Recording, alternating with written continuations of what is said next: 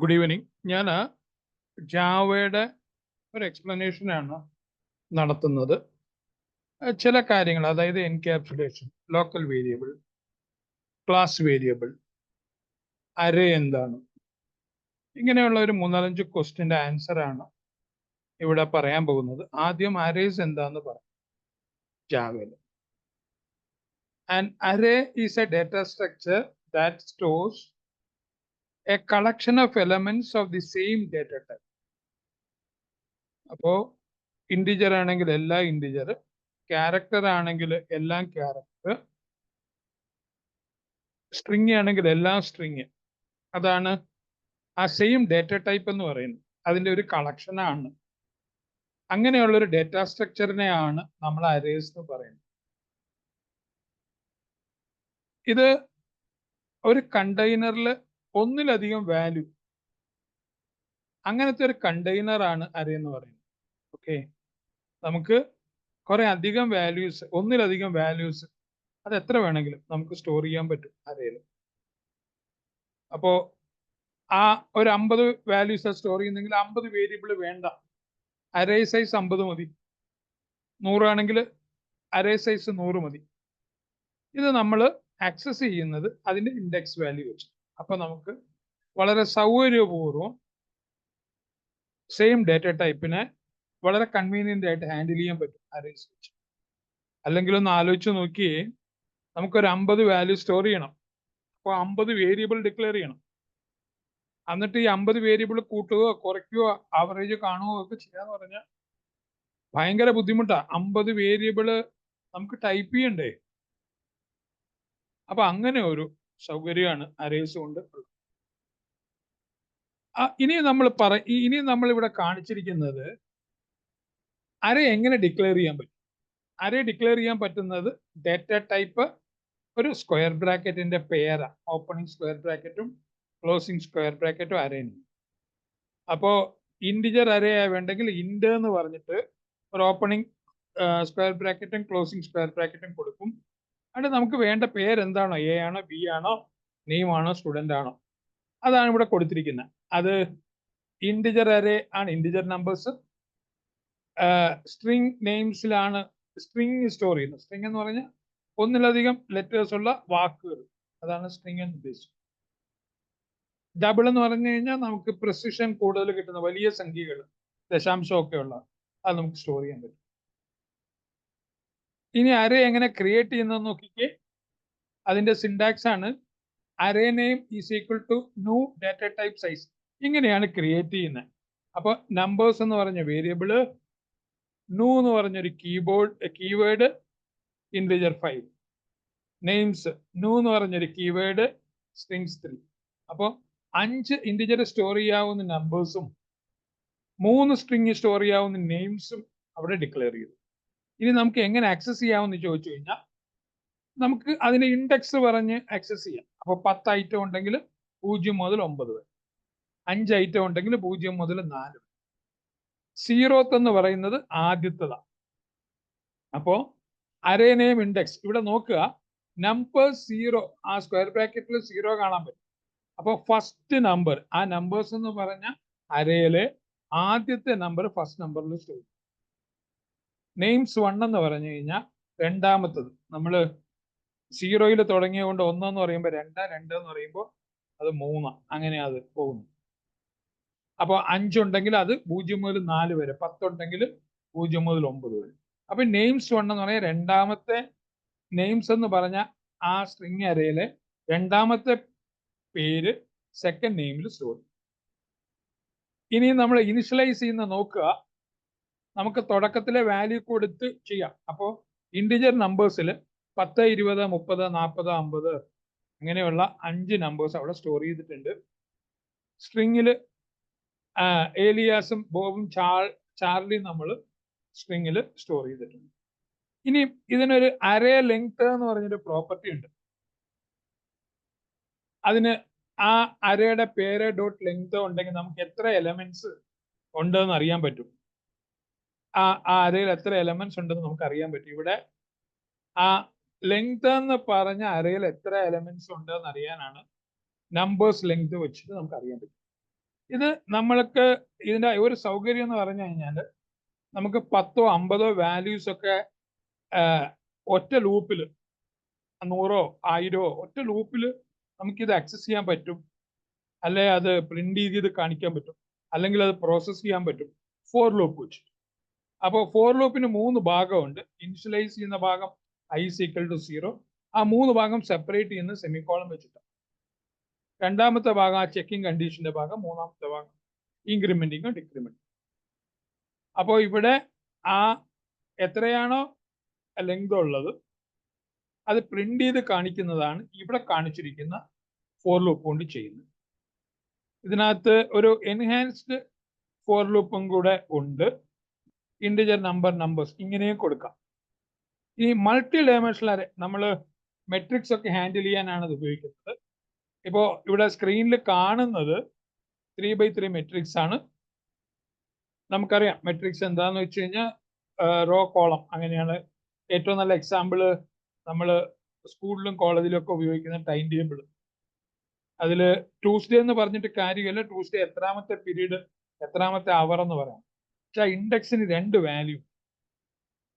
അപ്പം 1 എന്ന് പറഞ്ഞ ഇവിടുത്തെ ലൊക്കേഷനിലുള്ള 1നെ നമ്മൾ റെപ്രസെന്റ് ചെയ്യുന്നത് 00 എന്ന് പറഞ്ഞു, 2നെ നമ്മൾ റെപ്രസെന്റ് ചെയ്യുന്നത് 01 എന്ന് പറഞ്ഞിട്ട്, 3നെ നമ്മൾ റെപ്രസെന്റ് ചെയ്യുന്നത് 02 എന്ന് പറഞ്ഞിട്ട്. അങ്ങനെയാണെങ്കിൽ 9നെ നമ്മൾ റെപ്രസെന്റ് ചെയ്യുന്നത് second row, 0th row, first row, second row. 9 എന്ന് പറയുന്ന അവസാനം അല്ലേ. അപ്പോ 0 സെക്കൻഡ് റോ, സെക്കൻഡ് കോളം. നമുക്ക് ഇടത്തുനിന്ന് വേണം എണ്ണാം. 0th column, first column, second column. അപ്പൊ 9 എവിടെയാന്ന് ചോദിച്ചു കഴിഞ്ഞാൽ 2,2. 8 എവിടെയാന്ന് ചോദിച്ചു കഴിഞ്ഞാൽ 2,1. 7 ഏതാന്ന് ചോദിച്ചു കഴിഞ്ഞാൽ 2,0. ഇങ്ങനെയാണ് ആ അരേ നമ്മൾ ആക്സസ് ചെയ്യുന്നത്. അപ്പൊ അതിന്റെ ലൊക്കേഷൻ ഞാൻ പറഞ്ഞു. Array size is fixed once declared. അത് ഫിക്സ്ഡ് ആണ്. നമുക്ക് അത് പിന്നെ ചേഞ്ച് ചെയ്യാൻ പറ്റില്ല. സ്റ്റാർട്ട് ചെയ്യുന്ന 0 നിന്നാണ്. Out of bound syntax successful result in ഇത് ആ എക്സെപ്ഷൻ ഹാൻഡ്ലിംഗ് ആണ്. എക്സെപ്ഷൻ ഹാൻഡ്ലിംഗ് വെച്ചാൽ എറർ വരുവാണെങ്കിൽ ആ exception array index out of bound exception will raise. Arrays are reference type, meaning they store reference to object in memory. ഇത് എന്തിനാ ഉപയോഗിക്കുന്നതെന്ന് ചോദിച്ചു കഴിഞ്ഞാൽ use case of arrays storing and processing list of data, അതാണ് ഒരു purpose. പിന്നെ നമുക്ക് matrixes മറ്റു ചില ഡേറ്റ സ്ട്രക്ചേഴ്സോ ഒക്കെ റെപ്രസെന്റ് ചെയ്യാൻ നമ്മൾ അറേസ് ഉപയോഗിക്കും. സ്റ്റാക്ക്, ക്യൂ ഒക്കെ റെപ്രസെന്റ് ചെയ്യാൻ ഉപയോഗിക്കും. പിന്നെ സോർട്ടിങ്, സെർച്ചിങ്ങിലും ഒക്കെ നമ്മൾ ഇത് ഉപയോഗിക്കും. അപ്പോൾ ഇതാണ് അറേസുമായിട്ട് ബന്ധപ്പെട്ട് പറയാൻ പറ്റുന്നത്. ഇനി നമ്മൾ നോക്കുന്ന യൂസർ ഡിഫൈൻഡ് ഫംഗ്ഷൻ. ഫംഗ്ഷനെ കുറിച്ച് പറയുമ്പോൾ നമ്മൾ ഏറ്റവും പ്രധാനപ്പെട്ട് പറയേണ്ടത് നമ്മളൊരു ഡിവൈഡ് ആൻഡ് കോൺകർ എന്ന് പറഞ്ഞാൽ ഭിന്നിച്ച് അത് ഹാൻഡിൽ ചെയ്യുക, ചെറുതാക്കിയിട്ട് ഹാൻഡിൽ ചെയ്യുക എന്നുള്ളതാണ് യൂസർ ഡിഫൈൻഡ് ഫംഗ്ഷൻ കൊണ്ട് ഉദ്ദേശിക്കുന്നത്. ഉദാഹരണം, നമ്മളുടെ കയ്യിൽ കുറെ അധികം ചെറിയ കമ്പുകൾ തരും. അത് ഒരുമിച്ച് ചേർത്ത് ഒടിക്കാൻ ശ്രമിച്ചു കഴിഞ്ഞാൽ നമുക്ക് ഒടിക്കാൻ കഴിയില്ല. പക്ഷെ ആ ഓരോ ചെറിയ കമ്പും എടുത്ത് ഒടിക്കാൻ പറ്റും. അങ്ങനെ മൊത്തത്തിൽ വേണമെങ്കിൽ നമുക്ക് ഒടിക്കാൻ കഴിയും. ഞാനൊരു ചെറിയ ഉദാഹരണം പറഞ്ഞ 10 ചാപ്റ്റർ പഠിക്കാനുണ്ടെങ്കിൽ ഓരോരോ ചാപ്റ്റർ കവർ ചെയ്ത് നമുക്ക് 10 ചാപ്റ്റർ കംപ്ലീറ്റ് ചെയ്യാൻ പറ്റും. അവിടെ നമ്മൾ ഡിവൈഡ് ആൻഡ് കോൺകർ എന്ന് പറഞ്ഞ ടെക്നിക്കാണ് ഉപയോഗിക്കുന്നത്. അപ്പോൾ നമ്മുടെ കൈ കിട്ടുന്ന ടാസ്കുകളെ ചെറിയ ചെറിയ ടാസ്കുകളാക്കി നമ്മൾ പയ്യെ തിന്നാ പനയും തിന്നാം. ആ പ്രോവർബാണ് അവിടെ. നമുക്കത് പെട്ടെന്ന് ഹാൻഡിൽ ചെയ്യാൻ പറ്റും. അതാണ് ഫംഗ്ഷന്റെ ഒരു അഡ്വാൻറ്റേജ്. പിന്നെ ഒരു അഡ്വാൻറ്റേജ് എന്താന്ന് വെച്ച് കഴിഞ്ഞാൽ ഈ ഫംഗ്ഷനായിട്ട് എഴുതുമ്പോൾ നമുക്ക് ആ പ്രോഗ്രാം വളരെ കോംപ്രിഹെൻസീവ് ആവും. നമുക്ക് പെട്ടെന്ന് മനസ്സിലാവും. എല്ലാം കൂടെ ഒരു നിരത്തി പിടിച്ചൊരു പ്രോഗ്രാമായിട്ട് എഴുതി കഴിഞ്ഞാൽ നമുക്ക് മൊത്തത്തിൽ മനസ്സിലാക്കാൻ കുറെ ടൈം എടുക്കും. ചിലപ്പോൾ മനസ്സിലാക്കാൻ ബുദ്ധിമുട്ട് തന്നെ ആയി. അപ്പോൾ ഇത് എങ്ങനെയാന്ന് ചോദിച്ചു കഴിഞ്ഞാൽ നമ്മൾ ഇത് ചെറിയ ചെറിയ ഭാഗമായിട്ട് എഴുതുമ്പോൾ ഓരോരോ ഭാഗം മനസ്സിലാക്കി അത് മൊത്തത്തിൽ മനസ്സിലാക്കാൻ പറ്റും. പിന്നെ നമ്മുടെ റെപ്പറ്റേറ്റീവ് ടാസ്കിന് ഒറ്റ പ്രാവശ്യം ഫംഗ്ഷൻ എഴുതിയാൽ മതി. അപ്പൊ ഇങ്ങനെ കുറെ ഗുണങ്ങളുണ്ട് ഫംഗ്ഷൻ. ഈ ഫംഗ്ഷൻ 2 സംഭവമുണ്ട്. യൂസർ ഡിഫൈൻഡും ഉണ്ട്, ബിൽറ്റ് ഇൻ ഫംഗ്ഷൻ. ഇപ്പോൾ സ്ക്വയർ കാണുക, സ്ക്വയർ റൂട്ട് കാണുക, അല്ലെങ്കിൽ ചില മാത്തമാറ്റിക്കൽ ഫംഗ്ഷനാ, ന്യൂമറിക്കൽ ഫംഗ്ഷനാ, സ്ട്രിങ്ങിന്റെ ഫംഗ്ഷനാ, അതിനൊക്കെ ബിൽറ്റ് ഇൻ ഫംഗ്ഷൻസ്. ഇത് കൂടാതെ നമ്മളുടെ ആവശ്യത്തിന് നമ്മൾ എഴുതുന്നതാണ് യൂസർ ഡിഫൈൻഡ് ഫംഗ്ഷൻ എന്ന് പറയുന്നത്. In Java user defined function വിളിക്കുന്നത് മെത്തേഡ്സ് എന്നാണ് വിളിക്കുന്നത്. ഇപ്പോൾ ഫങ്ഷൻസ് എന്ന് വിളിച്ചിട്ടുണ്ട്, കുഴപ്പമൊന്നുമില്ല. അതൊരു കൂട്ടം, ഒരു ബ്ലോക്ക് കോഡാണ്, കുറെ ലൈനുകളുടെ ഒരു കൂട്ടമാണ്. അതൊരു പ്രത്യേക ജോലി പറഞ്ഞത് ചെയ്യും. ഒരു കോംപ്ലക്സ് പ്രോബ്ലത്തിനെ ബ്രേക്ക് ചെയ്യും, മാനേജബിൾ ഫംഗ്ഷൻ ആക്കും. അത് റീയൂസബിലിറ്റിയും മോഡുലാരിറ്റിയും പ്രൊമോട്ട് ചെയ്യും. ഇതൊക്കെയാണ് നമുക്ക് ജാവയുടെ യൂസർ ഡിഫൈൻഡ് ഫംഗ്ഷനെ കുറിച്ച് പറയാനുള്ളത്. ഇവിടെ നോക്കുക, അതിന്റെ ഒരു സിൻടാക്സ് എങ്ങനെയാണെന്ന് ചോദിച്ചു കഴിഞ്ഞാൽ, അതിന്റെ ആക്സസ് മോഡിഫയർ ആദ്യമേ പറയും. ആക്സസ് മോഡിഫയർ എന്ന് പറഞ്ഞാൽ പ്രൈവറ്റ് ആയിട്ട് ഉപയോഗിക്കാനാണ്, പബ്ലിക് ആണോ, അത് നമുക്ക് പ്രൊട്ടക്റ്റഡ് ആണോ, അത് നമുക്ക് പറയാൻ പറ്റുന്നതാണ് ആക്സസ്. പിന്നെ ആ ഫംഗ്ഷൻ ചെയ്ത് കഴിയുമ്പോൾ, ആ ഒരു ടാസ്ക് ചെയ്ത് കഴിയുമ്പോൾ നമുക്കൊരു റിസൾട്ട് കിട്ടും. ചിലപ്പോൾ റിസൾട്ട് കിട്ടില്ല, ജോലി ചെയ്യത്തേ ഉള്ളൂ, തിരിച്ചു വരണ്ടില്ല. അപ്പോൾ അങ്ങനെയാണെങ്കിൽ നമ്മൾ അതിനെ വോയിഡ് എന്ന് പറയും. അല്ല, ഇൻറ്റിജർ ആണ് തിരിച്ചു വരുന്നതെങ്കിൽ ഇൻഡ് എന്ന് പറയും. പിന്നെ മെത്തേഡിന്റെ നെയിം നമുക്ക് കൊടുക്കാം. പിന്നെ ബ്രാക്കറ്റിൽ ആ ഫംഗ്ഷൻ വർക്ക് ചെയ്യാനുള്ള പാരാമീറ്റേഴ്സ്, പിന്നെ ആ ബോഡിയിൽ നമ്മൾ അതെങ്ങനെയാ ചെയ്യേണ്ടതെന്ന് എഴുതി വെക്കും. അവസാനം ഒരു റിട്ടേൺ വാല്യൂ കാണും. റിട്ടേൺ വാല്യൂ ഇല്ലാത്ത ഫംഗ്ഷനും ഉണ്ട്. അതാണ് നമ്മൾ പൊതുവെ വോയിഡ് എന്ന് പറയുന്നത്. ഇവിടെ താഴെ ആ മോഡിൽ പറഞ്ഞതിന്റെ ഓരോന്നിന്റെയും ഉദാഹരണം എക്സ്പ്ലെയിൻ ചെയ്തിട്ടുണ്ട്. ആക്സസ് മോഡിഫയർ എന്ന് പറഞ്ഞു കഴിഞ്ഞാൽ അത് പബ്ലിക് ആണോ, പ്രൈവറ്റ് ആണോ, പ്രൊട്ടക്റ്റഡ് ആണോ. റിട്ടേൺ ടൈപ്പ് എന്ന് പറഞ്ഞാൽ ആ പർട്ടിക്കുലർ ജോലി കഴിഞ്ഞ് തിരിച്ചു വരുന്ന ഡേറ്റ ടൈപ്പ് ഇൻറ്റിജർ ആയിരിക്കാം, ഫ്ലോട്ട് ആയിരിക്കാം, അറേ ആയിരിക്കാം, അല്ലെങ്കിൽ ഒബ്ജക്ട്സ് ആയിരിക്കാം, അങ്ങനെയൊക്കെ ഉണ്ട്. അപ്പോൾ അതാണ് റിട്ടേൺ ടൈപ്പ് എന്ന് പറയുന്നത്. Defines data type of the value returned by the method. If the method does not return any value, it returns type is void. അതിനെ നമ്മൾ വോയിഡ് എന്ന് വിളിക്കും. മെത്തേഡ് നെയിം ഒരു യുണീക്ക് നെയിം നമ്മൾ കൊടുക്കുക, അത് നമ്മളാ കൊടുക്കുന്നത്, യൂസർ ഡിഫൈൻഡാ. അതിനൊരു റിസർവ്ഡ് വേർഡൊന്നുമില്ല, നമുക്ക് ഇഷ്ടമുള്ള പേര് കൊടുക്കും. പാരാമീറ്റേഴ്സ് എന്ന് പറയുന്നത് വലതുവശത്ത് നമ്മൾ ആ ഫംഗ്ഷൻ വർക്ക് ചെയ്യേണ്ട ഡേറ്റയ്ക്കാണ് പറയുന്നത്. അത് സെപ്പറേറ്റ് ചെയ്യുന്ന കോമ വെച്ചിട്ടാണ്. പിന്നെ മെത്തേഡിന് ഒരു ബോഡി കാണും, ഫംഗ്ഷന് ഒരു ബോഡി കാണും, അതിന് റിട്ടേൺ വാല്യൂ കാണും. ഇവിടെ വളരെ സിമ്പിൾ ആയിട്ടുള്ള ഒരു ഏരിയ കാൽക്കുലേറ്റ് ചെയ്യുന്ന പൈആർ സ്ക്വയർ എന്ന് പറഞ്ഞാൽ ഏരിയ കാൽക്കുലേറ്റ് ചെയ്യുന്ന ഒരു ചെറിയ ഫംഗ്ഷൻ എഴുതിയിട്ടുണ്ട്. നമ്മൾ റേഡിയസ് എന്ന് പറഞ്ഞ ഒരു ഇൻപുട്ട് കൊടുത്താൽ അത് മാത്ത് പി ഐ, അതായത് മാത്ത് എഡറിലുള്ള പി ഐ വിളിച്ചിട്ട്, അത് പി ഐ ആണ് 3.14, ആ വാല്യൂ ആണ് ഇവിടെ ഉള്ളത്. നമ്മൾ പാസ് ചെയ്യുന്ന റേഡിയസ് ഇൻറ്റു റേഡിയസ് അത് ഏരിയയിൽ സ്റ്റോർ ചെയ്യും. എന്നിട്ട് അത് കാൽക്കുലേറ്റ് ചെയ്ത് റിട്ടേൺ ചെയ്യും. അപ്പോൾ കാൽക്കുലേറ്റ് ഏരിയ എന്ന് പറഞ്ഞ് നമ്മൾ 3 എന്ന് കൊടുത്താൽ ആ 3.14 × 3 × 3 എന്ന് അത് മൾട്ടിപ്ലൈ ചെയ്ത് കിട്ടുന്ന വാല്യൂ ഏരിയയിൽ റിട്ടേൺ ചെയ്യും. അപ്പൊ അത് നമ്മൾ വിളിക്കുമ്പോൾ അതിന് ഇടതുവശത്ത് ഒരു വാല്യൂ കൊടുക്കണം. എന്താന്ന് ചോദിച്ചു കഴിഞ്ഞാൽ അത് ഡബിൾ ആയിരിക്കണം. എന്താ കാര്യം എന്ന് വെച്ച് കഴിഞ്ഞാൽ ഈ കാൽക്കുലേറ്റ് ഏരിയ എന്ന് പറഞ്ഞ ഫംഗ്ഷൻ എഴുതിയിരിക്കുമ്പോൾ ഇടതുവശത്ത് ഡബിൾ എന്ന് എഴുതിയിട്ടുണ്ട്. അപ്പോ ആ ഡബിള് ഡബിൾ ആയിരിക്കും അത് റിട്ടേൺ ചെയ്യുന്നത്. ഡെസിമലൊക്കെ ഉള്ള വലിയൊരു സംഖ്യ ആയിരിക്കും അത് റിട്ടേൺ ചെയ്യുന്നത്. അപ്പൊ അത് നമ്മൾ കോൾ ചെയ്യുമ്പോൾ അതിന് ഇടതുവശത്ത് ഒരു ഈക്വൽ ടു ഇട്ട് ഒരു ഡബിൾ ഡേറ്റ ടൈപ്പ് കൊടുത്തിരിക്കുന്നു. അതാണ് നമ്മൾ എങ്ങനെയാ വിളിക്കുന്നത് എന്നുള്ളതാണ് താഴെ പറയുന്നത്. ഇവിടെ നോക്കുക, ഡബിൾ റേഡിയസ് 5.0. അപ്പൊ റേഡിയസ് 5.0 എന്നുള്ള ഇനിഷ്യൽ. എന്നിട്ട് നോക്കുക, കാൽക്കുലേറ്റ് ഏരിയ എന്ന് പറഞ്ഞ് നമ്മുടെ മുകളിലത്തെ ഫംഗ്ഷൻ വിളിച്ചു. അപ്പോൾ സ്വാഭാവികമായിട്ട് 5 ആ റേഡിയസിലേക്ക് പാസ് ചെയ്യും. അത് കാൽക്കുലേറ്റ് ചെയ്ത് കഴിഞ്ഞ് ആ വാല്യൂ ഏരിയയിൽ സ്റ്റോർ ചെയ്യും. എന്നിട്ട് ഏരിയ പ്രിന്റ് ചെയ്യും. അങ്ങനെയാണ് അത് വിളിക്കുന്നത്.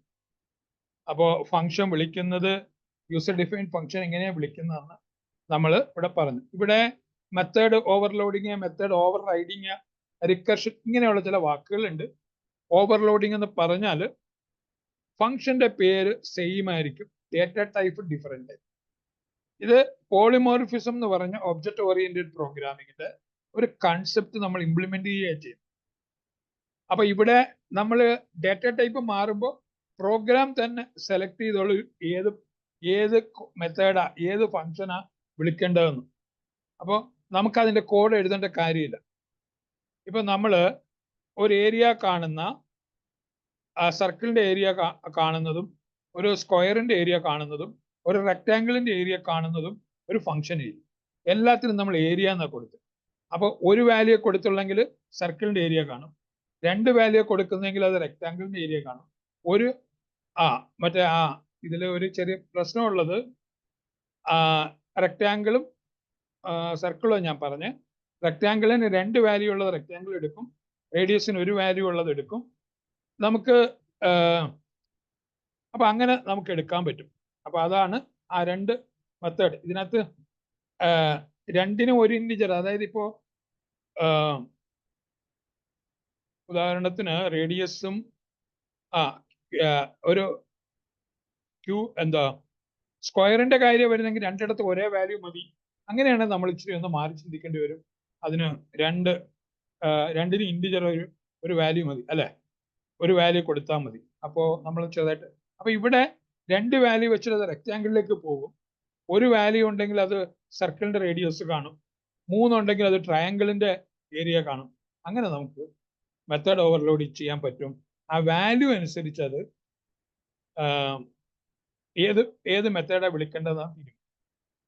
അതേപോലെ തന്നെ മെത്തേഡ് ഓവർ റൈഡിങ് എന്ന് പറയും. ഒരു ക്ലാസ്സിൽ നമ്മൾ അതിന്റെ പേരന്റ് ക്ലാസ്സിൽ ഒരു മെത്തേഡ് എഴുതി അത് നമുക്ക് വേണേൽ മോഡിഫൈ ചെയ്ത് ചൈൽഡ് ക്ലാസ്സിൽ ഡിറൈവ്ഡ് ക്ലാസ്സിൽ കൊടുക്കാം. അപ്പൊ ആ ഡിറൈവ്ഡ് ക്ലാസ്സിൽ അത് എടുക്കും, ഓബ്ജക്റ്റ് ഉണ്ടാക്കും. അപ്പോൾ പഴയതിനെ ഓവർ റൈഡ് ചെയ്യുക. അതാണ് ഓവർ റൈഡിങ്.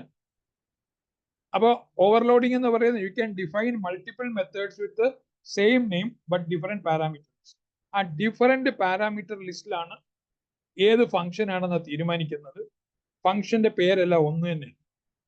ഞാൻ പറഞ്ഞു സർക്കിളിന്റെ കാര്യത്തില് ഏരിയ കാണുമ്പോൾ 1 വാല്യൂ, റെക്ടാംഗിൾ കാണുമ്പോൾ 2 വാല്യൂ, ട്രയാങ്കിൾ കാണുമ്പോൾ 3 വാല്യൂ. അപ്പൊ അങ്ങനെ നമുക്ക് ഏരിയ എന്ന് പറഞ്ഞ ഫംഗ്ഷൻ വെച്ച് ചെയ്യാം. ഓവർ റൈഡിങ്ങില് ആ ബേസ് ക്ലാസ്സിലെ മെത്തേഡ് നമുക്ക് ഓവർ റൈഡ് ചെയ്ത് പുതിയതാക്കി മാറ്റാം ചൈൽഡ് ക്ലാസ്സിൽ എന്തെങ്കിലും മോഡിഫിക്കേഷൻസ്. റിക്കർഷൻ എന്ന് പറഞ്ഞു കഴിഞ്ഞാൽ ഒരു ഫംഗ്ഷൻ അത് തന്നെ വിളിക്കുന്നതിനാണ് നമ്മൾ റിക്കർഷൻ എന്ന് പറയുന്നത്. പല പ്രോബ്ലവും നമ്മൾ റിക്കർഷൻ വെച്ച് സോൾവ് ചെയ്യാറുണ്ട്.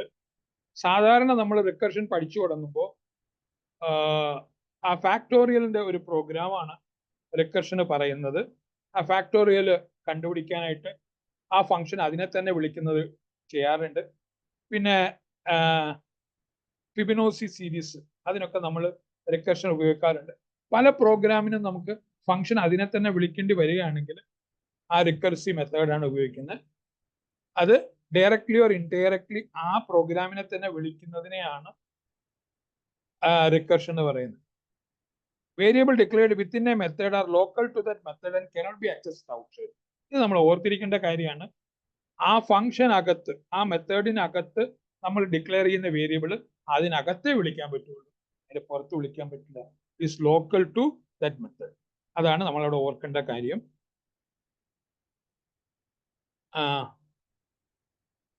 അപ്പൊ അത് വെച്ചിട്ട് നമുക്ക് വളരെ ഓർഗനൈസ്ഡ് ആയിട്ടുള്ള റീയൂസബിൾ ആയിട്ടുള്ള ഫങ്ഷൻസ് നമുക്ക് എഴുതാൻ പറ്റും. അടുത്ത നോക്കുക, കൺസ്ട്രക്ടേഴ്സ്. കൺസ്ട്രക്ടേഴ്സ് എന്ന് പറഞ്ഞു കഴിഞ്ഞാൽ നമ്മൾ ക്ലാസിന്റെ പേരും മെത്തേഡിന്റെ പേരും ഒന്നായിട്ട് തന്നെ. ഇതെന്തിനാന്ന് ചോദിച്ചു കഴിഞ്ഞാൽ ഓട്ടോമാറ്റിക് ആയിട്ട് ഇൻവോക്ക് ചെയ്യാനാണ്. നമുക്ക് ഓട്ടോമാറ്റിക് ആയിട്ട് ഇൻവോക്ക് ചെയ്യാൻ പറ്റും. അതാണ് കൺസ്ട്രക്ടറുടെ ഒരു അഡ്വാൻറ്റേജ്. നമ്മൾ ആ ഒരു ക്ലാസിന്റെ ഇൻസ്റ്റൻസ് ഉണ്ടാക്കുമ്പോൾ തന്നെ, ഓബ്ജക്റ്റ് ഉണ്ടാക്കുമ്പോൾ തന്നെ ഓട്ടോമാറ്റിക് ആയിട്ട് വാല്യൂ ഇനിഷ്യലൈസ് ചെയ്യും, അല്ലെങ്കിൽ അതുമായിട്ട് ബന്ധപ്പെട്ട കൺസ്ട്രക്ടർ ഇൻവോക്ഡ് ആയി. നമുക്ക് അതിനകത്ത് ഇടയ്ക്ക് കയറി വേറെ സ്പെസിഫിക് പ്രോഗ്രാം എഴുതേണ്ട, ഓട്ടോമാറ്റിക് ആയിട്ട് അത് എടുത്തോളും. ആ ഒരു ഓട്ടോമാറ്റിക് നേച്ചർ ഉണ്ടായി. അപ്പൊ ഇവിടെ പറഞ്ഞിട്ടുണ്ട് same name as the class. A constructor must have the same name as the class it belongs. അതിന് കൺസ്ട്രക്ടറിന് റിട്ടേൺ ടൈപ്പ് ഇല്ല, ആ ഓട്ടോമാറ്റിക് ആയിട്ടാണ് റിട്രീവ് ചെയ്യുന്നത്. അപ്പൊ കൺസ്ട്രക്ടർ എന്ന് പറയുന്ന ഒരു special type of method in ജാവയാണ്. അത് യൂസ് ടു ഇനിഷ്യലൈസ് ഓബ്ജക്ട്. സാധാരണ ഉപയോഗിക്കുന്നത് ഇനിഷ്യലൈസ് ചെയ്യാനാണ്. ഒരു ക്ലാസിന്റെ ഓബ്ജക്റ്റ് ക്രിയേറ്റ് ചെയ്യുമ്പോൾ constructor is automatically invoked set initial values to the object speed. ഇതാണ് ഇതിന്റെ പരിപാടി. അപ്പോ ഡീഫോൾട്ട് കൺസ്ട്രക്ടർ ഉണ്ട്. ഇത് നമ്മൾ കൺസ്ട്രക്ടർ ഡിഫൈൻ ചെയ്തിട്ടില്ലെങ്കിൽ കമ്പൈലർ ഒരു കൺസ്ട്രക്ടർ ഫോളോ ചെയ്യും, സപ്ലൈ ചെയ്യും. അത് നമ്മൾ ഇത് പഠിച്ചു തുടങ്ങുന്ന ഒരു ഘട്ടത്തിൽ മനസ്സിലാകില്ല. ഒരു ഇച്ചിരി അഡ്വാൻസ് ചെയ്ത് കൺസ്ട്രക്ടർ ഒക്കെ പഠിക്കുമ്പോഴാണ് മനസ്സിലാകുന്നത് ഇങ്ങനെ ഒരു ഡിഫോൾട്ട് കൺസ്ട്രക്ടർ ഉണ്ടല്ലോ ഇതിനകത്തുനിന്ന്. If you don't define any construction in your class, Java provides a default no argument constructor. അങ്ങനെ ഒരെണ്ണം ഓട്ടോമാറ്റിക്കായിട്ട് സപ്ലൈ ചെയ്യും. It initialise the object field to their default value. അപ്പോൾ ന്യൂമറിക് ടൈപ്പ് ആണെങ്കിൽ 0 കൊടുക്കും, അപ്പോൾ അല്ലെങ്കിൽ ബാക്കിയുള്ളതാണെങ്കിൽ അതിന് നള്ള് കൊടുക്കും. അപ്പൊ ഇങ്ങനെ ഒരു സംഭവം ഇത് ഓട്ടോമാറ്റിക്കായിട്ട് ചെയ്യുന്നുണ്ട്. പാരാമീറ്ററൈസ്ഡ് കൺസ്ട്രക്ടർ എന്ന് പറഞ്ഞാൽ അതിനെ നമ്മൾ you can define constructor with parameters to initialise object field with specific value. ചില വാല്യൂസ് കൊടുത്ത് നമുക്ക് കൺസ്ട്രക്ടർ ചെയ്യാൻ പറ്റും. നമുക്ക് അപ്പൊ നമ്മൾ ആ ഒബ്ജക്ട് ഉണ്ടാക്കുമ്പോൾ അതിന്റെ ബ്രാക്കറ്റിൽ അതിന്റെ വാല്യൂ കൊടുക്കും. ആ വാല്യൂ വെച്ച് അത് ഇനിഷ്യലൈസ് ചെയ്യും. The number and data types A parameter must match the അത് ഓർക്കണം. അതായത് നമ്മൾ അവിടെ ഇൻഡിജറെ കൊടുക്കുന്നതെങ്കിൽ ഇവിടെ ഇൻഡിജർ ആയിരിക്കും. അല്ലെ, 2 ഇൻഡിജർ ഉണ്ടെങ്കിൽ ഇവിടെ 2 ഇൻഡിജർ വേണം, അവിടെ ഒരു ഇൻഡിജർ ആണെങ്കിൽ ഇവിടെ ഒരു ഇൻഡിജർ വേണം. അങ്ങനെ മാച്ചിങ് വേണം. ആ കൺസ്ട്രക്ടർ ആ ഓബ്ജക്റ്റിനെ നമ്മൾ ഇനിഷ്യലൈസ് ചെയ്യുമ്പോൾ അതിനെ ഇനിഷ്യൽ വാല്യൂ ആ ഓബ്ജക്ട് ക്രിയേറ്റ് ചെയ്യുന്ന ഘട്ടത്തിൽ വാല്യൂ വേണ്ടതാണെങ്കിൽ നമ്മൾ ഡിഫൈൻ ചെയ്ത ഘട്ടത്തിൽ എത്ര പാരാമീറ്റർ ആണ് കൊടുത്തിരിക്കുന്നത് അത്രയും പാരാമീറ്റർ വേണം. അതേ ഡേറ്റ ടൈപ്പ് ആയിരിക്കും. ഇവിടെ നല്ലൊരു ഉദാഹരണം കൊടുത്തിട്ടുണ്ട്. പേഴ്സൺ എന്ന് പറഞ്ഞിട്ടുള്ളതാണ് ക്ലാസ്. സ്വാഭാവികമായിട്ടും പേഴ്സൺ എന്ന് പറഞ്ഞ് തന്നെ കൺസ്ട്രക്ടർ കാണും. ഇവിടെ പേഴ്സൺ എന്ന് പറഞ്ഞ് ഇനിയൊരു കൺസ്ട്രക്ടറും കൂടെ ഉണ്ട്. അത് 1 പാരാമീറ്റേഴ്സ് ഇല്ലാത്തതാണ്, 2 ഒരു സ്ട്രിങ്ങും ഇൻഡിജറും എടുക്കുന്നതാണ്. അപ്പോൾ നമ്മൾ ഒരു സ്ട്രിങ്ങും ഇൻഡിജറും വെച്ചിട്ടാണ് ഒരു ഓബ്ജക്റ്റ് ഉണ്ടാക്കുന്നതെങ്കിൽ അതിന്റെ ബ്രാക്കറ്റിൽ ഇടുന്നുണ്ടെങ്കിൽ അത് രണ്ടാമത്തെ കൺസ്ട്രക്ടർ എടുക്കുകയും നമ്മൾ ഒന്നും പറയാതെ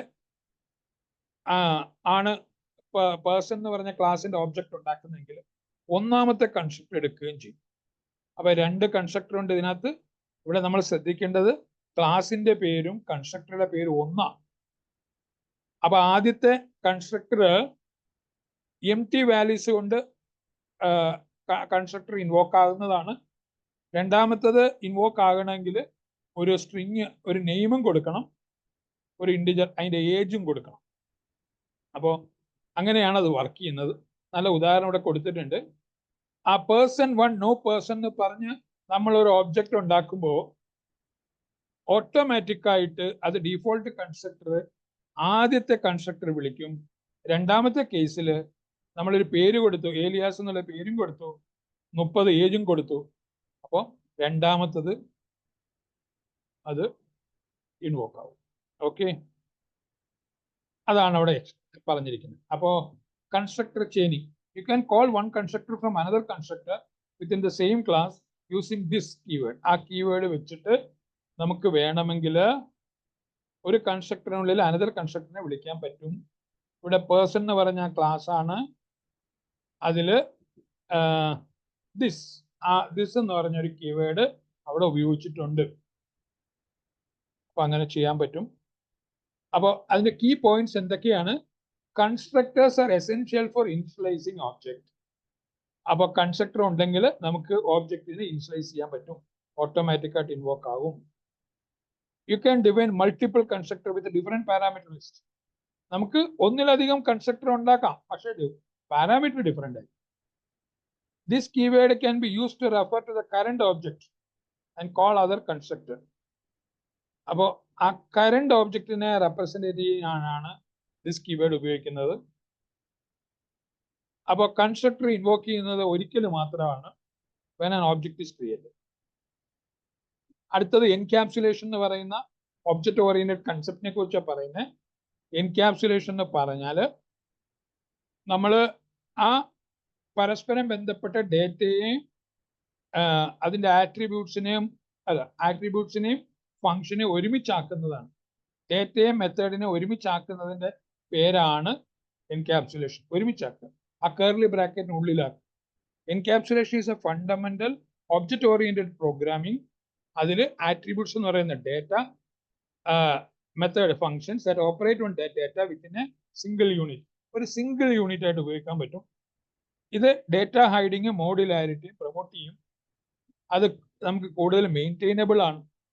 എന്തെങ്കിലും കറക്ഷൻസ് വരുവാണെങ്കിൽ നമുക്ക് എളുപ്പത്തിൽ അത് ഉപയോഗിക്കാൻ പറ്റും. അത് റീയൂസബിൾ ആണ്, സെക്യൂർ ആണ്. അപ്പോൾ ഡേറ്റ ഹൈഡിങ് എന്ന് പറഞ്ഞു കഴിഞ്ഞാൽ നമ്മൾ ആവശ്യമുള്ള രീതിയിൽ എക്സ്പോസ് ചെയ്യുക, ആവശ്യമില്ലെങ്കിൽ എക്സ്പോസ് ചെയ്യാതിരിക്കുക. അതാണ് ഡേറ്റ ഹൈഡിങ് എന്ന് ഉദ്ദേശിക്കുന്നത്. ഇതൊരു സീക്രസി എന്നുള്ള നിലയിലല്ല. ഇവിടെ ഹൈഡിങ് എന്ന് പറഞ്ഞു കഴിഞ്ഞാൽ അർത്ഥം നമ്മൾ ഒന്ന് ഒരു സെക്യൂർഡ് ആക്കുക എന്നുള്ളതാണ്. അപ്പോൾ making a class attributes private, direct access to അതായത് ആവശ്യമില്ലാതെ ബാക്കിയുള്ളത് എടുത്ത് അത് ചീത്തയാക്കണ്ട എന്നുള്ള അർത്ഥത്തിൽ നമ്മൾ ചില കാര്യങ്ങളൊക്കെ ഒതുക്കി മാറ്റി വെക്കുന്ന പോലെയുള്ളൂ ഇവിടെ. അത് പബ്ലിക്കായിട്ട് ഇട്ട് കഴിഞ്ഞാൽ ബാക്കിയുള്ളവർ ഇടപെടലുണ്ടായി അതിനെന്തെങ്കിലും കുഴപ്പം വരും. അപ്പൊ ചിലപ്പോൾ നമുക്ക് ചില കാര്യങ്ങളൊക്കെ വീട്ടിലൊക്കെ തന്നെ ഒതുക്കി വെക്കുന്ന പോലെയാണ് ഈ ഡേറ്റ ഹൈഡിങ് എന്ന് ഉദ്ദേശിക്കുന്നത്. അല്ല ഒളിപ്പിച്ചു വെക്കുക അല്ല, ഒന്ന് മാറ്റി വെക്കുക. അപ്പോൾ ബാക്കിയുള്ളവർ ആക്സിഡന്റലായിട്ട് അതിനൊന്നും സംഭവിക്കില്ല. അതാണ് അവിടുത്തെ ഉദ്ദേശം. Making class attributes private. This prevents direct access to the attributes from outside the class. Providing public getter and setter methods. These methods allow controlled access to the attributes. In a modular, dividing a complex system into smaller self-contained modules. Adana classes on the each module encapsulates അതിന്റെ data, അതിന്റെ behaviour. പരസ്പരം ബന്ധപ്പെട്ട ഡേറ്റയെ നമ്മളൊരു മുറിയാണെങ്കിൽ അടുക്കളയായിട്ട് ബന്ധപ്പെട്ട കാര്യങ്ങൾ, drawing റൂമുമായിട്ട് ബന്ധപ്പെട്ട കാര്യങ്ങളായിട്ടുള്ളത്. അതാണ് എൻക്യാപ്സുലേഷൻ. അടുക്കളയിലുള്ള കഞ്ഞി വെക്കുന്ന കലവും കൊണ്ട് ഇപ്പുറത്ത് ഡ്രോയിങ് റൂമിൽ വരില്ല, അല്ലെ ഇവിടെ കിടക്കുന്ന കസേരയും മറ്റ് ഗസ്റ്റ് വരാൻ ഇരിക്കേണ്ട മറ്റു കാര്യങ്ങളുമായിട്ട് അടുക്കളയിൽ പോകില്ല. അപ്പൊ അതാണ് നമ്മൾ അവിടെ എൻക്യാപ്സുലേഷൻ കൊണ്ട് ഉദ്ദേശിച്ചത്. ആ സെൽഫ് കണ്ടെയ്ൻഡ് മൊഡ്യൂൾസ് ആണ്, റെഡ്യൂസിങ് ഡിപ്പെൻഡൻസീസ്. ഇവിടെ നോക്കുക, ഇവിടെ പേഴ്സൺ എന്ന് പറഞ്ഞൊരു ക്ലാസ്, അതിൽ 2 ആട്രിബ്യൂട്ട്സ് ആണ് ഉള്ളത്, സ്ട്രിംഗ് നെയിമും ഏജും. അതിനകത്ത് എത്ര ഫംഗ്ഷൻ ഉണ്ടെന്ന് നോക്കി. ഗെറ്റ് നെയിം എന്ന് പറഞ്ഞൊരു ഫംഗ്ഷൻ, ഒരു മെത്തേഡ്. സെറ്റ് നെയിം എന്ന് പറഞ്ഞ രണ്ടാമത്തെ ഒരു ഫംഗ്ഷൻ. ഗെറ്റ് ഏജ് എന്ന് പറഞ്ഞിട്ടൊരു ഫംഗ്ഷൻ. സെറ്റ് ഏജ് എന്ന് പറഞ്ഞിട്ടൊരു ഫംഗ്ഷൻ. അപ്പോൾ അതിൽ 2 ഡേറ്റ മെമ്പേഴ്സിനെ പ്രൈവറ്റ് ആക്കിയിട്ടുണ്ട്. ഈ ഈ മെത്തേഡ്സിനെ എല്ലാം പബ്ലിക് ആക്കുക ചെയ്യും. അതായത് പുറത്ത് ഇതിന്റെ ഓബ്ജക്റ്റ് ക്രിയേറ്റ് ചെയ്യുമ്പോൾ നമുക്ക് ഗെറ്റ് നെയിമും വിളിക്കാം, സെറ്റ് നെയിമും വിളിക്കാം, ഗെറ്റ് ഏജും വിളിക്കാം, സെറ്റ് ഏജും വിളിക്കാം. അപ്പോൾ ഗെറ്റ് നെയിമിൽ അത് റിട്ടേൺ നെയിമാണ്. ആ കറണ്ട് ഓബ്ജക്റ്റിലെ നെയിം പ്രിന്റ് ചെയ്യും ദിസ് വെച്ചിട്ട്. പിന്നെ സെറ്റ് ഏജിൽ അത് ചെക്ക് ചെയ്യും >0 ആണോ, അല്ലെങ്കിൽ അത് ആ സെറ്റ് ഏജ് വിളിക്കുകയാണെങ്കിൽ നെഗറ്റീവ് നമ്പേഴ്സ് എന്തെങ്കിലും കൊടുത്തു കഴിഞ്ഞാൽ അത് എറർ കാണിക്കും. അപ്പോൾ name and age are private attributes hidden from direct access. Get name, set name are public method to access and modify the name attributes. Get age and set age are public methods to access and modify the age attribute. Benefits of encapsulation. Data protect ചെയ്യാൻ പറ്റും. Protect data integrity by controlling access through methods. അങ്ങനെ നമുക്ക് data protect ചെയ്യാൻ പറ്റും. Code reusable ചെയ്യാൻ പറ്റും. Encapsulated class can be reused in different parts. Modularity, അത് modularity കൊണ്ടുവരും. Security, hides implementation details from outside world. അപ്പോൾ നമുക്ക് സെക്യൂർ ആക്കാൻ പറ്റും, നമുക്ക് മെയിൻറ്റെയിൻ ചെയ്യാൻ പറ്റും. മെയിൻറ്റെയിനബിലിറ്റി, കോഡ് റീയൂസ് കോഡ് നമുക്ക് പിന്നീട് മനസ്സിലാക്കാനും അതിനകത്ത് എന്തെങ്കിലും തിരുത്തലുകൾ വരുത്തണമെങ്കിൽ അതും ചെയ്യാൻ പറ്റും.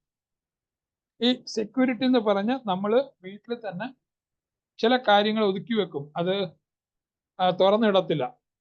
എന്നുവെച്ചാൽ ആക്സിഡന്റലായിട്ടെങ്കിലും നമ്മൾ ആരെങ്കിലും എന്തെങ്കിലും അതിനകത്ത് വീഴുകയോ നഷ്ടപ്പെടുകയോ ചെയ്യുകയോ എന്ന് വിചാരിച്ചിട്ട് നമ്മൾ മാറ്റി ഒതുക്കി വെക്കും. അതാണ് സെക്യൂരിറ്റി എന്ന് പറയുന്നത്. ഓക്കെ, ഇനി നമ്മൾ പറയാൻ പോകുന്ന ലോക്കൽ വേരിയബിൾസ്, ക്ലാസ് വേരിയബിൾസിനെ കുറിച്ചാണ്. ലോക്കൽ വേരിയബിൾ എന്ന് പറയുന്നത് നമ്മളൊരു മെത്തേഡിനുള്ളിൽ ഡിക്ലെയർ ചെയ്യുന്നതാണ്. Declared within a method constructor ബ്ലോക്കിൽ, ആ ഒരു ബ്ലോക്കിനുള്ളിൽ, ആ മെത്തേഡും അല്ല ബ്ലോക്കിനുള്ളിൽ, എന്നുവെച്ചാൽ ഒരു കർലി ബ്രാക്കറ്റിനുള്ളിലും നമ്മൾ വേരിയബിൾ ഡിക്ലെയർ ചെയ്താൽ അത് ആ കർലി ബ്രാക്കറ്റിന് ഉള്ളിൽ മാത്രമേ ഉപയോഗിക്കാൻ പറ്റൂ, കർലി ബ്രാക്കറ്റിന് പുറത്ത് ഉപയോഗിക്കാൻ പറ്റില്ല. എന്ന് പറഞ്ഞ പോലെ മെത്തേഡിനുള്ളിൽ നമ്മൾ ഡിക്ലെയർ ചെയ്യുകയും യൂസ് ചെയ്യുകയും ചെയ്താൽ അത് അതിനുള്ളിൽ ഉപയോഗിക്കാൻ പറ്റുള്ളൂ, പുറത്ത് ഉപയോഗിക്കാൻ പറ്റും. കൺസ്ട്രക്ടറിൽ അത് തന്നെ. അപ്പൊ അതിനെയാണ് നമ്മൾ ലോക്കൽ വേരിയബിൾ എന്ന് പറയുന്നത്. അതിന് local variable must be explicitly initialised before use. അത് ഇനിഷ്യലൈസ് ചെയ്യണം. സ്കോപ്പ് എന്ന് പറയുന്നത് ആ ബ്ലോക്കിൽ മാത്രം. അതിന്റെ എക്സാമ്പിൾ ഇവിടെ കൊടുത്തിട്ടുണ്ട്. ഇവിടെ മൈ മെത്തേഡ് എന്ന് പറഞ്ഞിരിക്കുന്ന ഒരു മെത്തേഡിനുള്ളിലാണ് ഇൻഡിജർ എക്സ് ഡിക്ലെയർ ചെയ്തിരിക്കുന്നത്, ഇനിഷ്യലൈസ് ചെയ്തിരിക്കുന്നത്, യൂസ് ചെയ്തിരിക്കുന്നത്. നമുക്ക് പുറത്ത് ഉപയോഗിക്കാൻ പറ്റില്ല. In this example the variable X is A local variable my method. It cannot be accessed outside of that. നമുക്ക് പുറത്ത് ഉപയോഗിക്കാൻ പറ്റില്ല. ക്ലാസ് വേരിയബിൾസ് എന്ന് പറയുന്നത് ഡിക്ലെയർഡ് ഔട്ട്സൈഡ് എനി മെത്തേഡ്. മെത്തേഡിന് പുറത്ത് ക്ലാസ്സിനുള്ളിൽ ഡിക്ലെയർ ചെയ്യുന്നതിനെ നമ്മൾ ക്ലാസ് വേരിയബിൾസ് എന്ന് പറയും. ഇതിനെ നമ്മൾ സ്റ്റാറ്റിക് വേരിയബിൾസ് എന്ന് പറയും. അത് shared by all instance of the class. എല്ലാ ഓബ്ജക്റ്റ് ഉണ്ടാക്കുമ്പോഴും നമ്മളത് ഷെയർ ചെയ്യും. They belong to the class itself, not to individual objects. Okay, അത് ക്ലാസ്സുമായിട്ട് ബന്ധപ്പെട്ടിട്ടുള്ളതാണ്. If not explicitly initialized, the class variables are assigned a default value 0 for numeric type, null for, നമ്മൾ മുമ്പ് ഒരിടത്ത് ഇത് പറഞ്ഞിരുന്നു. അത് നമ്മൾ ഇനിഷ്യലൈസ് ചെയ്തിട്ടില്ല, നമ്മൾ എക്സ്പ്ലിസിറ്റ് ആയിട്ട് ഇനിഷ്യലൈസ് ചെയ്തിട്ടില്ലെങ്കിൽ ക്ലാസ് വേരിയബിൾസിന് ഇങ്ങനെയുള്ള ഒരു ഡീഫോൾട്ട് വാല്യൂ കൊടുക്കും. സ്കോപ്പ് എന്ന് പറയുന്നത് ഏത് മെത്തേഡിന്റെ പുറത്തൊന്നും വിളിക്കാം, accessible from any method within the class as well as from other class in the same package. ഇവിടെ നോക്കുക, പബ്ലിക് മൈ ക്ലാസ് എന്ന് പറഞ്ഞിട്ടുള്ള ഒരു ക്ലാസ് നമ്മൾ ഡിക്ലെയർ ചെയ്തു. അതിനുള്ളിൽ ഇൻഡിജർ കൗണ്ട് 0 ഉണ്ട്. കൗണ്ട് നമ്മൾ വേറൊരു മെത്തേഡിന് ഉള്ളിലാണ് വിളിക്കുന്നത്. അത് ക്ലാസ്സിലായതുകൊണ്ട് എനിക്ക് ആ ക്ലാസ്സിനുള്ളിൽ എവിടെ വേണമെങ്കിലും വിളിക്കാം. ആ ഇൻക്രിമെന്റ് കൗണ്ട് എന്ന് പറയുന്ന മെത്തേഡ് മൈ ക്ലാസ്സിനുള്ളിലാണ്, അതുകൊണ്ട് എനിക്ക് കൗണ്ട് വിളിക്കാം. അവിടെ ഇൻക്രിമെന്റ് ചെയ്യുന്നുണ്ട്. In this example variable count is a class variable. It is shared by all instance of. അപ്പൊ ഇവിടെ ഒരു കമ്പാരിസൺ കൊടുത്തിട്ടുണ്ട്. Declaration within the method, outside the method. അതാണ് ഇത് തമ്മിലുള്ള വ്യത്യാസം. പക്ഷെ ക്ലാസ്സിനുള്ളിലാണ്. സ്കോപ്പ് എന്ന് പറയുന്ന ആ ബ്ലോക്കിനുള്ളിൽ മാത്രം, ആ മെത്തേഡിനുള്ളിൽ മാത്രമാണ്. ഇവിടെ accessible from any method within the class and other class.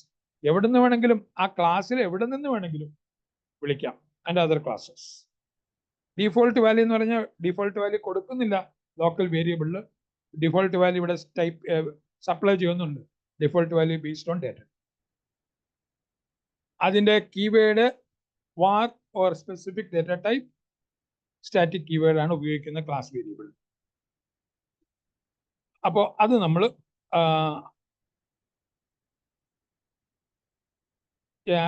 Right well structured and explain access specifiers in Java. Access specifiers എന്ന് പറയുന്നത് public, protected, public, protected, private. ഇതാണ് നമ്മൾ ഉപയോഗിക്കുന്നത്. നമുക്ക് നോക്കാം. ഡീഫോൾട്ട് ആയിട്ട് access specifiers in Java control the visibility of class interface methods and variables. Public എന്ന് പറഞ്ഞാൽ accessible from anywhere in the program. Protected എന്ന് പറഞ്ഞാൽ സെയിം പാക്കേജിനുള്ളിൽ സബ് ക്ലാസ്സിലേക്ക് വരുമത്, പക്ഷെ നമുക്ക് ഓബ്ജക്റ്റിനകത്തൊന്ന് വിളിക്കാൻ പറ്റും. പ്രൈവറ്റ് എന്ന് പറഞ്ഞു കഴിഞ്ഞാൽ ആ ക്ലാസ്സിൽ മാത്രമേ ഉപയോഗിക്കാൻ പറ്റൂ. ഡീഫോൾട്ട് എന്ന് പറഞ്ഞു കഴിഞ്ഞാൽ നമ്മൾ പ്രൈവറ്റ് എന്നോ പബ്ലിക് എന്നോ പ്രൊട്ടക്റ്റഡ് എന്നോ കൊടുത്തില്ലെങ്കിൽ അത് പ്രൈവറ്റ് എന്നാണ് പറയുന്നത്. Accessible within the same package, no keyword is required. അപ്പോ here is a table summarizing. ഇത് ഒരു ടേബിൾ ആണ്. ആ ടേബിള് ഒന്ന് നോക്കുക. ഇത് നമുക്ക് ആ യെസ് നോയും ഒക്കെ മനസ്സിലാവും. അതായത് ഇപ്പൊ പബ്ലിക് ആണെങ്കിൽ അതിന്റെ നേച്ചർ എല്ലായിടത്തും നമുക്ക് വിളിക്കാം. ക്ലാസ്സിനുള്ളിൽ വിളിക്കാം, പാക്കേജിനുള്ളിൽ വിളിക്കാം, സബ് ക്ലാസ്സിന് ഡിഫറെന്റ് പാക്കേജിൽ വിളിക്കാം, പാക്കേജിന് പുറത്ത് വേണമെങ്കിലും വിളിക്കാം. പ്രൊട്ടക്റ്റഡ് എന്ന് പറയുമ്പോൾ അവിടെ നോക്കുക, ആ സബ് ക്ലാസ്സിലും ബേസ് ക്ലാസ്സിലും അല്ലാതെ പുറത്ത് വിളിക്കാൻ പറ്റില്ല. ഡീഫോൾട്ട് എന്ന് പറയുമ്പോൾ വിത്തിൻ ക്ലാസ്സിലും വിത്തിൻ പാക്കേജിലുമാണ് നമ്മൾ അവിടെ പ്രൈവറ്റ് ആയി പോയി. ആ ഡീഫോൾട്ട് എന്ന് പറഞ്ഞാൽ അതിന്റെ സ്വഭാവം അങ്ങനെ. സബ് ക്ലാസ്സിൽ വരില്ല, പാക്കേജിന് പുറത്ത് ഓബ്ജക്റ്റിൽ കൂടെ വിളിക്കാൻ പറ്റില്ല. പ്രൈവറ്റ് എന്ന് പറയുമ്പോൾ ആ ക്ലാസ്സിൽ മാത്രമേ ഉള്ളൂ, വേറെ ഒരിടത്തും പരിപാടി നടക്കുകയില്ല. അതാണ് അവിടെ പറഞ്ഞിരിക്കുന്നത്. അതിവിടെ കൊടുത്തിട്ടുണ്ട്. Integer public variable, protected variable, നമുക്ക് മനസ്സിലാക്കാൻ വേണ്ടിയിട്ട് ആ വേരിയബിൾ നെയിമും ആ വാക്കുകൊണ്ട് തന്നെയാണ് കൊടുത്തിരിക്കുന്നത്. Default variable. ഇത് 4ന്റെ സ്വഭാവം നമുക്ക് നോക്കാം. അല്ല, വളരെ ഡീറ്റെയിൽ ആയിട്ട് പറഞ്ഞിട്ടില്ല ഇത്. അതായത് ഇവിടെ നമുക്ക് മനസ്സിലാക്കേണ്ട ഒരു കാര്യമേ ഉള്ളൂ. മൈ ക്ലാസിന്റെ ഓബ്ജക്റ്റ് ക്രിയേറ്റ് ചെയ്യുമ്പോൾ എനിക്ക് പബ്ലിക് വേരിയബിൾ വിളിക്കാൻ പറ്റും. മൈ ക്ലാസിന്റെ സബ് ക്ലാസ് ക്രിയേറ്റ് ചെയ്യുമ്പോൾ എനിക്ക് പ്രൊട്ടക്റ്റഡ് വേരിയബിൾ അവിടെ കിട്ടും. ഈ ഡിഫോൾട്ട് വേരിയബിൾ എനിക്ക് സബ് ക്ലാസ് ക്രിയേറ്റ് ചെയ്യുമ്പോഴോ ഓബ്ജക്റ്റ് ക്രിയേറ്റ് ചെയ്യുമ്പോഴോ കിട്ടത്തില്ല, പ്രൈവറ്റ് പോലെ തന്നെ. അതാണ് അവിടെ കൊടുത്തിരിക്കുന്നത്. അപ്പോൾ ഇവിടെ ഓർക്കേണ്ട കാര്യം, choose appropriate access specifier based on the decide level. നമുക്ക് എങ്ങനെയാണ് വേണ്ടത് അത് കറക്റ്റായിട്ട് സ്പെസിഫൈ ചെയ്യുക. പ്രൈവറ്റ് എന്ന് പറഞ്ഞു കഴിഞ്ഞാൽ method that should only be accessible within the class. Use protected for variable and methods that should be accessible within the class and it subclass. അതാണ് അതിന്റെ ലിമിറ്റ്. അങ്ങനെ, അതായത് ആ ക്ലാസ്സിലും സബ് ക്ലാസ്സിലേക്ക് വേണമെങ്കിൽ സബ് ക്ലാസ്സിലേക്കും കൊണ്ടുവരാം. ഒബ്ജക്റ്റിൽ നിന്ന് വിളിക്കാൻ പറ്റില്ല. പബ്ലിക് വേരിയബിൾ എന്ന് പറഞ്ഞു കഴിഞ്ഞാൽ ആക്സസിബിൾ ഫ്രം എനിവെയർ. ഡിഫോൾട്ട് എന്ന് പറഞ്ഞു കഴിഞ്ഞാൽ package private for variable and methods that should be accessible within the same package. അതാണ് അവിടെ കൊടുത്തത്. Understanding the efficiency using access specifier you can create. അപ്പോൾ അതവിടെ പറഞ്ഞിട്ടുണ്ട്.